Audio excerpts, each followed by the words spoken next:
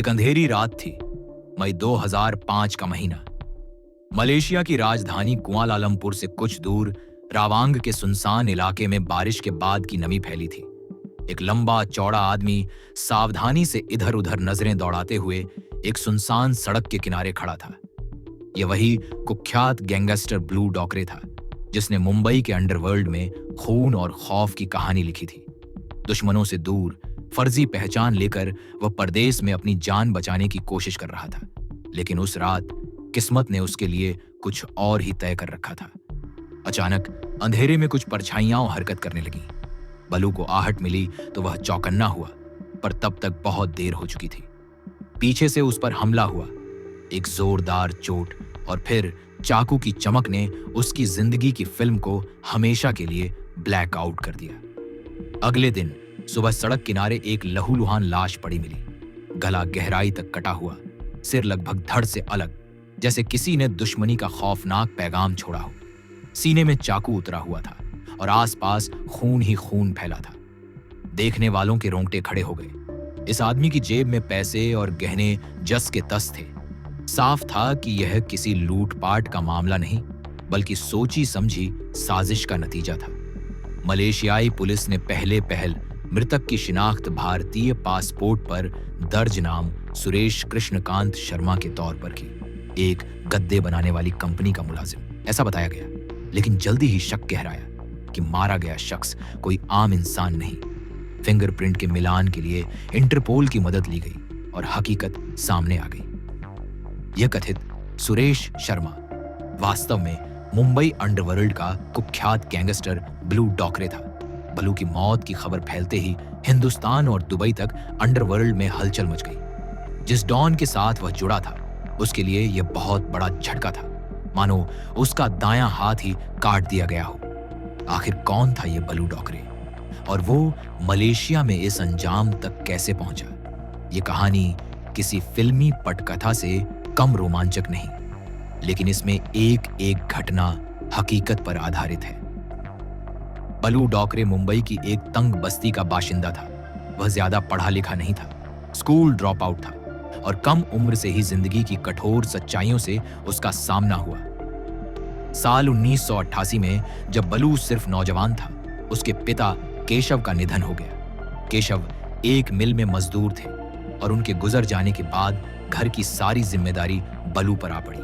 परिवार चलाने के लिए बलू ने सांता क्रूज में एक दुकान पर नौकरी की, जहां उसे महीने के मात्र 1500 रुपए मिलते थे।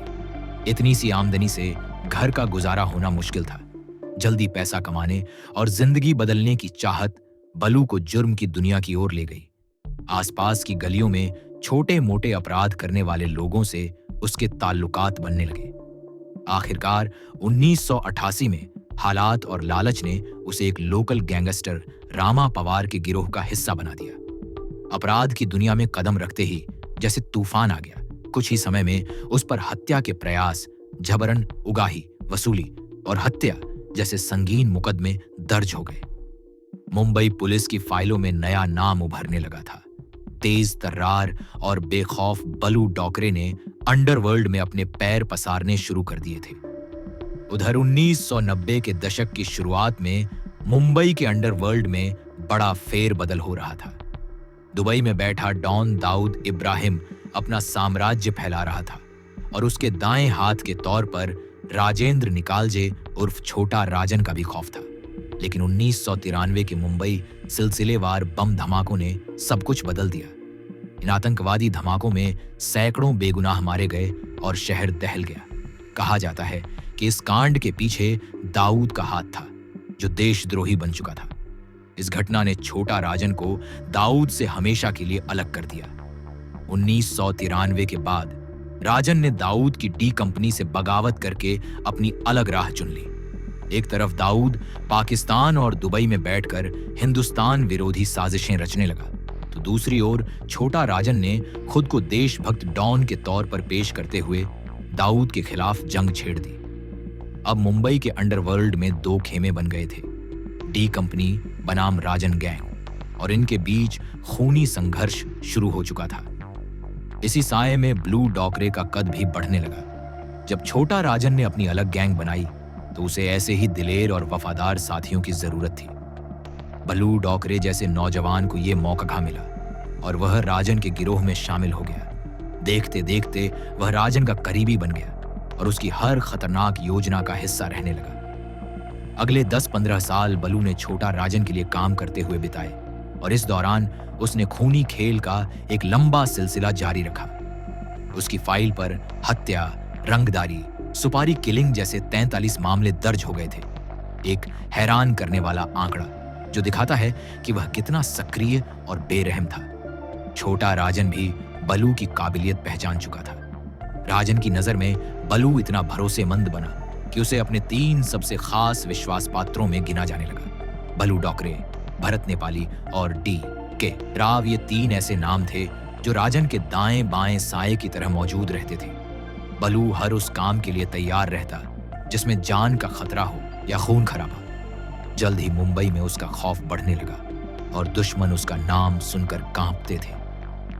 1993 के धमाकों के बाद छोटा राजन ने दिल में बदले की आग भर ली थी। उसने कसम खाई थी कि जो लोग मुंबई पर हुए इस कायराना हमले में शामिल थे उन्हें सजा देगा। राजन के इशारे पर उसके शार्प शूटर एक एक करके बम धमाकों के दोषियों को ढूंढने और खत्म करने में जुट गए। बलू डॉकरे इस मिशन में आगे था। कहा जाता है कि 1993 के सिलसिलेवार बमकांड के आधा दर्जन से ज्यादा आरोपियों को बलू ने मौत के घाट उतार दिया या उसमें सक्रिय भूमिका निभाई। हर हत्या के साथ बलू का छोटा राजन के प्रति भरोसा बढ़ता गया, क्योंकि वो अपने आप को राजन के मिशन दाऊद से बदला का सिपाही मान चुका था। दाऊद इब्राहिम से बदला लेने के लिए छोटा राजन ने एक और खतरनाक कदम उठाने की ठानी। यह कदम था खुद दाऊद को मिटा देने का, जिसका सपना कई लोग देखते थे मगर हकीकत में कोई अंजाम नहीं दे पाया था। साल 1998 में खुफिया तौर पर छोटा राजन ने भारतीय एजेंसियों के साथ मिलकर एक योजना बनाई कि कराची में घुसकर दाऊद इब्राहिम का खेल खत्म कर दिया जाए। इस सीक्रेट ऑपरेशन के लिए राजन ने अपने कुछ सबसे भरोसेमंद शूटर चुने और उनमें बलू डॉकरे भी शामिल था।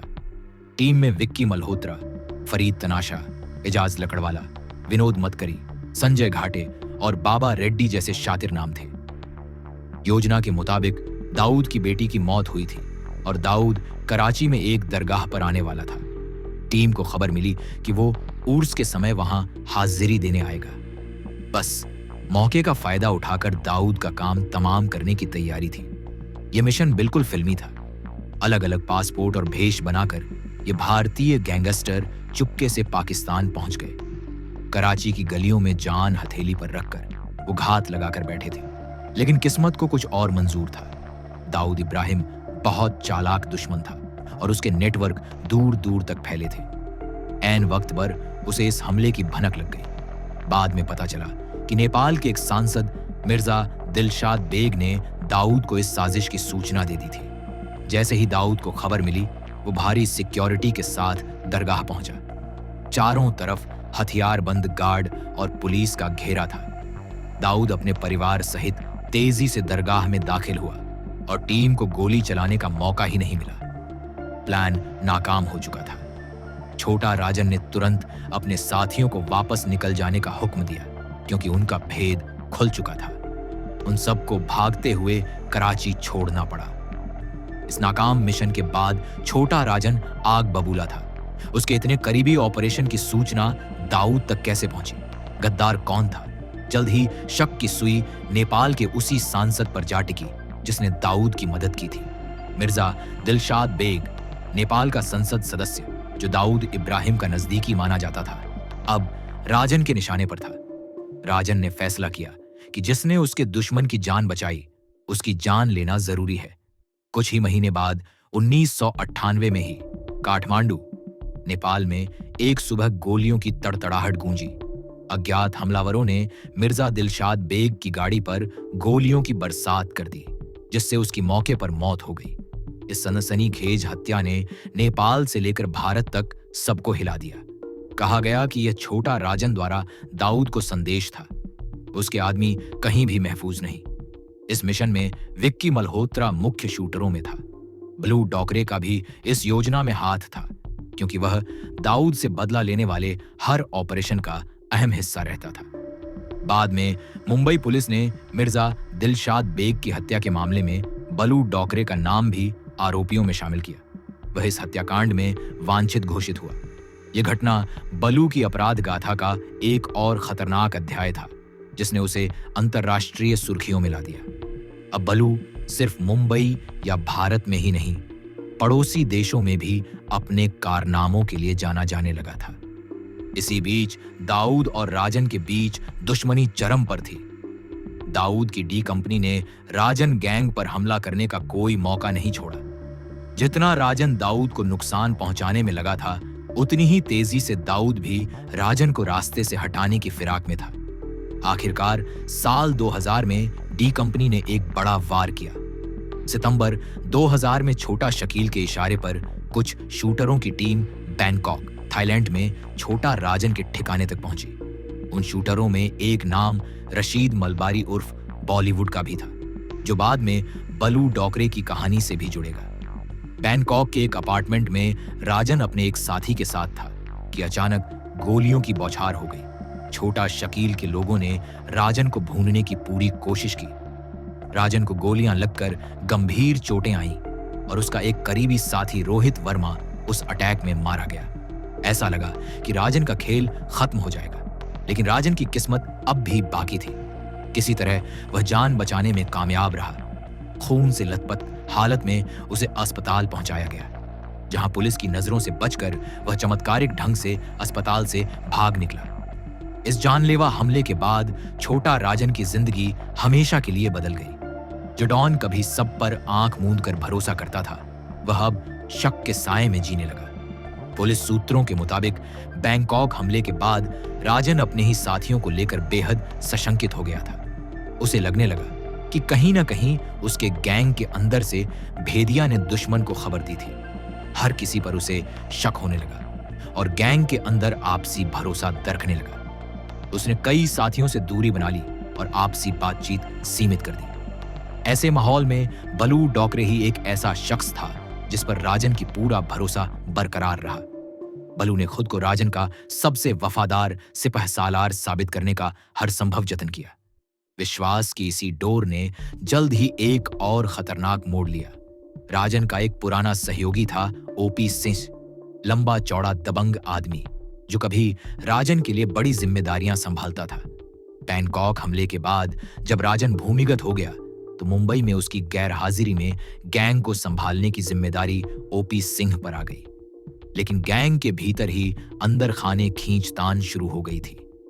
कुछ लोगों को शक था कि ओपी सिंह खुद सरगना बनने या दाऊद से मिल जाने की फिराक में है। खुद राजन के कानों तक भी ऐसी फुसफुसाहटें पहुंचने लगी। आखिरकार बलू डॉकरे ने अपने बॉस को यह यकीन दिलाया कि ओपी सिंह भरोसे के काबिल नहीं रहा। राजन को बलू ने खबर दी कि ओपी सिंह गद्दारी कर सकता है या दाऊद से मिल गया है। बस फिर क्या था? राजन ने फैसला किया कि जिस साथी पर शक है उसे रास्ते से हटा देना ही बेहतर है। उसने अपने अन्य भरोसेमंद शूटर डी के राव को इस काम के लिए चुना और संभवतः बलू भी इस योजना में शामिल था। उस वक्त ओपी सिंह एक मामले में नासिक की जेल में बंद था। सितंबर 2003 की एक शाम नासिक जेल के प्रांगण में कैदी क्रिकेट खेल रहे थे। 6 फुट ऊंचा तगड़ा ओपी सिंह भी मैदान में था। तभी अचानक कुछ कैदियों ने उसे घेर लिया। ये डी के राव और राजन गैंग के दर्जन भर खूंखार गुंडे थे। खेल के बीच में ही उन्होंने ओपी सिंह पर धावा बोल दिया। बाहर बंदूक या चाकू लाना संभव नहीं था, तो कैदियों ने बल्ले, स्टंप और घूंसों लातों को ही हथियार बना लिया। उन्होंने ओपी सिंह को बेरहमी से पीटना शुरू कर दिया। लंबा चौड़ा ओपी जमीन पर गिर पड़ा, मगर हमला रुका नहीं। गुस्से में बेकाबू कैदियों ने वहीं पड़ी एक झूठ की मोटी रस्सी उठा ली और मिलकर उसका गला कसना शुरू कर दिया। ओपी सिंह छटपटाता रहा, पर वो दबंग लोग तब तक नहीं रुके जब तक उसकी सांसें थम नहीं गईं। नासिक जेल के अंदर एक खौफनाक हत्या अंजाम दी जा चुकी थी। अगले दिन यह खबर सुर्खियों में थी कि अंडरवर्ल्ड डॉन छोटा राजन के इशारे पर उसके ही पुराने साथी की जेल में हत्या कर दी गई। कहा गया कि राजन को शक था कि ओपी सिंह उसकी पीठ में छुरा घोंपने की फिराक में था, और यह शक बलू डॉकरे ने उसके मन में डाला था।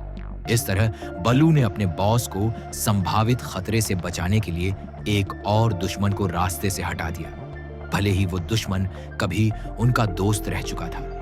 ओपी सिंह को मरवाकर छोटा राजन ने चैन की सांस ली होगी कि चलो अंदरूनी गद्दारी का खतरा टल गया, मगर इसके साथ ही अंडरवर्ल्ड की लड़ाई ने और हिंसक रूप ले लिया। उधर दाऊद इब्राहिम और छोटा शकील तिलमिला उठे कि राजन ने उनके आदमी मिर्जा बेग का कत्ल कराया और अब अपने ही गैंग में सफाई करके और मजबूत हो रहा है। उन्होंने राजन के सबसे खास आदमी को निशाना बनाने की ठान ली थी। बलू डॉकरे अब डी कंपनी की हिट लिस्ट में सबसे ऊपर आ चुका था। इस बीच बलू अपनी धुन में व्यस्त था। ओपी सिंह की मौत के बाद राजन गैंग में उसकी धाक और बढ़ गई। वह डॉन का सबसे खास बन चुका था और राजन के कई काम वहीं संभालता था। मुंबई में जितनी उगाही, एक्सटॉर्शन और सुपारी किलिंग के रैकेट थे, उनमें बलू का बड़ा हाथ था। साल 2004 में ऐसा ही एक वाकया हुआ जो दिखाता है कि बलू कैसे सीधे राजन के इशारे पर आतंक मचाता था। मुंबई के अंधेरी इलाके में एक बिल्डर नंद कुमार हरचंदानी एक झोपड़पट्टी पुनर्वास प्रोजेक्ट पर काम कर रहे थे। छोटा राजन को इस प्रोजेक्ट में अपना हक चाहिए था या फिर मुनाफे में हिस्सा, ऐसा बाद में पता चला। बिल्डर पर धमकियों का दौर शुरू हुआ। 2004 को शाम ढले, करीब आधा दर्जन हथियारबंद आदमी उस बिल्डर के ऑफिस में घुस आए। दफ्तर में चीख पुकार मच गई। इन आदमियों ने बिल्डर के मुनीम प्रकाश मोरे को निशाना बनाया। उस पर ताबड़तोड़ गोलियां चलाने की कोशिश की गई। संयोग से गोली सीधे नहीं लगी और मोरे की जान बच गई, मगर हमला करने वालों ने उसे बुरी तरह पीटा और धमकियां देकर चले गए। यह खुला संदेश था कि यदि हरचंदानी ने बात नहीं मानी तो अगली गोली खाली नहीं जाएगी। इस हमले के पीछे पुलिस को सीधे छोटा राजन का हाथ लगा। बाद में जांच में सामने आया कि राजन ने ही अपने सहयोगी बलू डॉकरे को वह प्रोजेक्ट रुकवाने के लिए कहा था और उसी के आदमियों ने यह हमला किया। बलू के लिए यह सब आम बात थी। अपना हिस्सा लेने के लिए खून खराबा करना उसकी आदत बन चुकी थी। बलू डॉकरे जितना खूंखार था, उसकी जिंदगी के कुछ कोमल पहलू भी थे। कहा जाता है कि बलू ने एक लड़की दीपाली से शादी की थी और उसके 2 बच्चे भी थे। हालांकि परिवार के लिए वक्त निकालना उसके बस में नहीं था। वह महीनों घर से गायब रहता, कभी नेपाल, कभी बैंकॉक, कभी मलेशिया जैसे मुल्कों में छुपकर अपना काम करता था। दीपाली बच्चों को लेकर मुंबई में ही रहती थी और अपने पति की हर खबर के लिए तरसती थी। कभी कभी आधी रात को बलू का फोन आता, कुछ पल के लिए बच्चों से बात करता, बीवी को अपने जिंदा होने की खबर देकर आस दिलाता कि जल्दी लौटेगा, मगर उसका ज्यादातर समय भाग दौड़ और खून खराबे में ही कटता था। उधर विदेश में रहने के दौरान बलू की जिंदगी में कुछ ऐसा हुआ जिसने उसे भी इंसान होने का एहसास दिलाया। अंडरवर्ल्ड के जानकारों के मुताबिक भागते भागते बलू का दिल एक इंडोनेशियाई लड़की पर आ गया था। सुना है कि वो लड़की उसके लिए खबरें पहुंचाने या सौदे कराने जैसे कामों में मदद करती थी। एक तरह से करियर या संदेशवाहक थी। मलेशिया और इंडोनेशिया में जो भी धंधे बलू डॉकरे चला रहा था, उस लड़की की आड़ में चल रहे थे। मोहब्बत की ये दास्तान अधूरी ही रही। शायद बलू के दुश्मनों को उसके छुपने की जगह और उसके रोजमर्रा के बारे में जानकारी उसी रास्ते मिल गई। एक तरफ हिंदुस्तान में उसकी पत्नी और बच्चे थे जो उसे लौटने का इंतजार कर रहे थे, और दूसरी ओर परदेश में ये नया प्यार था जो उसके संग किसी अनहोनी से बेखबर थी। अंडरवर्ल्ड में रिश्ते ज्यादा देर महफूज नहीं रहते। कब कौन धोखा दे जाए कहना मुश्किल है। साल 2005 की शुरुआत तक बलू डॉकरे की जिंदगी जैसे उधार के वक्त पर चल रही थी। मुंबई पुलिस उसके खिलाफ कई मामले दर्ज कर चुकी थी और हिंदुस्तान की एजेंसियां उस पर नजर रखे थीं। ऊपर से डी कंपनी की धमकी अलग। वह भारत छोड़कर इधर उधर छिपने पर मजबूर था। यही वजह है कि 2005 आते आते बलू ने मलेशिया को अपना ठिकाना बना लिया था। उसने अपने लिए एक नई पहचान गढ़ ली। वह अब खुद को सुरेश कृष्णकांत शर्मा बताता था। फर्जी दस्तावेजों के सहारे उसने एक भारतीय पासपोर्ट बनवाया और इसी नाम से मलेशिया में रह रहा था। दिखावे के लिए एक गद्दे बनाने वाली कंपनी में नौकरी करने का नाटक भी रचा गया, पर असल में वह पूरी तरह अंडरग्राउंड था और चोरी छिपे अपना गैंग ऑपरेट कर रहा था। कुआलालंपुर और आसपास के इलाकों में शायद उसके कुछ संपर्क थे जिनके सहारे वह आगे की योजना बना रहा था, लेकिन दाऊद इब्राहिम के नेटवर्क से वो बच नहीं सका। छोटा शकील के खास लोग उसके सुराग में लग गए थे।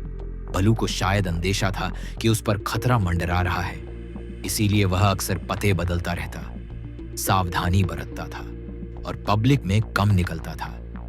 पर दुश्मन को धोखा देना इतना आसान नहीं था। और फिर वो मनहूस रात आई जिसने इस कहानी की शुरुआत में जो मंजर दिखाया उसे सच कर दिया। 21 मई 2005 की रात भलू डॉकरे को किसी ने फोन करके बुलाया। फोन करने वाला अपना जानने वाला ही था, भरोसा देने वाला। मलेशिया में बलू कुछ अपने पुराने साथियों के साथ मिलकर एक नया जाली पासपोर्ट बनवाने या किसी डील के सिलसिले में लगा था। उसी सिलसिले में उसे कहा गया कि शहर से थोड़ा बाहर एक जगह मिलना है जहां काम हो जाएगा। भलू ने कुछ साथियों को खबर दी और अकेले ही कार चलाकर उस सुनसान इलाके में पहुंच गया। घने पेड़ों और अंधेरे के बीच दूर एक टूटी सी बत्ती जल रही थी। चारों तरफ सन्नाटा था। भलू के दिल में हल्की सी घबराहट हुई। उसने जल्दी से काम निपटाकर लौटने का सोचा। वह गाड़ी से उतरकर इधर-उधर देखने लगा, शायद उस व्यक्ति की तलाश में जिसने बुलाया था। तभी पीछे जंगल की तरफ पत्तों में सरसराहट हुई। भलू चौकन्ना हो गया। उसने मुड़कर आवाज लगाई, कौन है वहां? जवाब में बस खामोशी थी। कुछ पल वह ठिठका, फिर वापस कार की ओर मुड़ा। तभी बिजली की गति से दो परछाइयां उसके पीछे आ खड़ी हुई। इससे पहले कि बलू कुछ समझ पाता, एक लोहे की रॉड उसके सिर पर जोर से पड़ी। वो तिलमिलाकर गिर पड़ा और हमलावरों ने उसका मौका उठाकर हमला जारी रखा।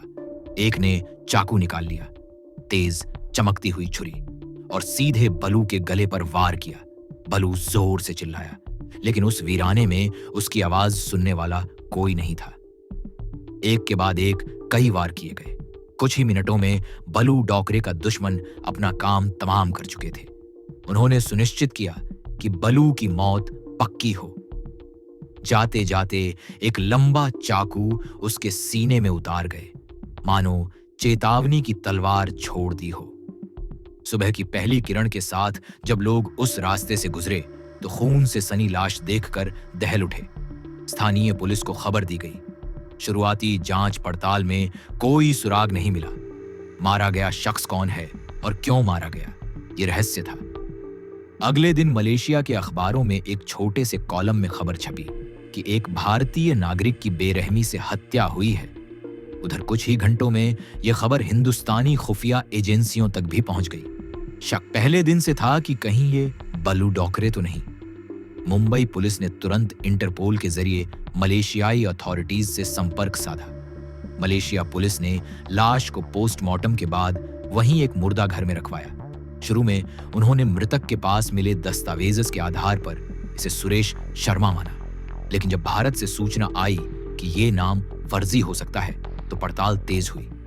22 मई 2005 पुलिस ने आधिकारिक तौर पर ऐलान किया कि कत्ल किया गया शख्स और कोई नहीं बल्कि अंडरवर्ल्ड डॉन छोटा राजन का खास आदमी बलू डॉकरे है। फिंगरप्रिंट के मिलान और पहचान पुष्टि के बाद यह सनसनीखेज खुलासा हुआ। अब मामला आम कत्ल का नहीं रहा, यह अंतर्राष्ट्रीय गैंगवार का हिस्सा बन चुका था। जल्द ही बलू डॉकरे की लाश को कानूनी प्रक्रिया के बाद उसके परिवार तक पहुंचाने की तैयारी हुई। एक भारतीय प्रतिनिधि जो परिवार की ओर से आया था, उसे लाश सुपुर्द की गई। लाश को कुआलालंपुर से मुंबई लाया गया, जहां गुपचुप तरीके से अंतिम संस्कार कराया गया होगा। लेकिन जितना सन्नाटा अंतिम संस्कार में था, उससे कहीं ज्यादा तूफान अंडरवर्ल्ड के अंदर उठ चुका था। छोटा राजन के लिए यह खबर किसी वज्रपात से कम नहीं थी। बलू डॉकरे सिर्फ उसका एक शूटर या सहयोगी भर नहीं था, वो राजन का दाहिना हाथ माना जाता था, जिसके दम पर राजन सालों से दुश्मनों से लड़ पा रहा था। पुलिस सूत्रों के अनुसार बलू इतना खूंखार था कि राजन की गैंग का हर छोटा बड़ा सदस्य उससे खौफ खाता था। वह अपने बॉस के लिए वफादारी की मिसाल था और जरूरत पड़ने पर जान लेने और देने दोनों का माद्दा रखता था। उसकी मौत ने राजन गिरोह की कमर तोड़ दी। राजन पर मानो दुखों का पहाड़ टूटा, साथ ही क्रोध की ज्वाला भी भड़क उठी। बलू के मारे जाने के तुरंत बाद छोटा राजन ने अपने बचे हुए साथियों को संदेश भेजा कि बदला लिया जाएगा। उधर पुलिस और खुफिया एजेंसियां कयास लगा रही थी कि आखिर बलू को मारा किसने। शुरुआत में कुछ लोग अटकलें लगाने लगे कि कहीं खुद छोटा राजन ने तो अपने आदमी को नहीं मरवाया। अंडरवर्ल्ड में अक्सर आपसी दुश्मनी भी ऐसे कत्ल करवाती है, लेकिन जल्द ही ज्यादातर उंगलियां दाऊद इब्राहिम के गिरोह यानी डी कंपनी की ओर उठने लगी। आखिर बलू डॉकरे ने दाऊद को जितना चोट पहुंचाया था, उसके बाद बदला लेना लगभग तय था। मलेशिया पुलिस भी मान रही थी कि यह हत्या किसी भारतीय गिरोह के आपसी गैंगवार का नतीजा है। कुछ ही महीने बाद खबर आई कि नेपाल की राजधानी काठमांडू में अज्ञात हमलावरों ने एक शार्प शूटर को गोली मार दी। कहा जाता है कि यह छोटा राजन की जवाबी कार्रवाई थी। दरअसल राजन को शक था कि बलू डॉकरे का असली कातिल वही शख्स है जिसे नेपाल में ढेर किया गया। ये व्यक्ति संभवतः छोटा शकील का कोई खास आदमी था। 9 सितंबर 2005 को काठमांडू में यह शूट आउट हुआ और खबरें फैलीं कि राजन ने बदला ले लिया। हालांकि उस वक्त पूरी सच्चाई सामने नहीं आई थी। राजन भले समझ रहा हो कि उसने हिसाब बराबर कर दिया, पर असल कहानी कुछ और थी। साल 2009 में एक चौंकाने वाली घटना हुई जिसने बलू डॉकरे की हत्या के रहस्य से पर्दा लगभग उठा दिया। मार्च 2009 में भारत के कर्नाटक राज्य में पुलिस ने एक खूंखार शूटर को पकड़ा। नाम था रशीद मलबारी। ये वही मलबारी था जिसने 2000 में बैंकॉक में राजन पर गोली चलाई थी। पकड़े जाने के बाद मलबारी ने पूछताछ में एक बड़ा खुलासा किया। उसने कबूल किया कि बलू डॉकरे को मलेशिया में मारने का कॉन्ट्रैक्ट उसे छोटा शकील ने दिया था।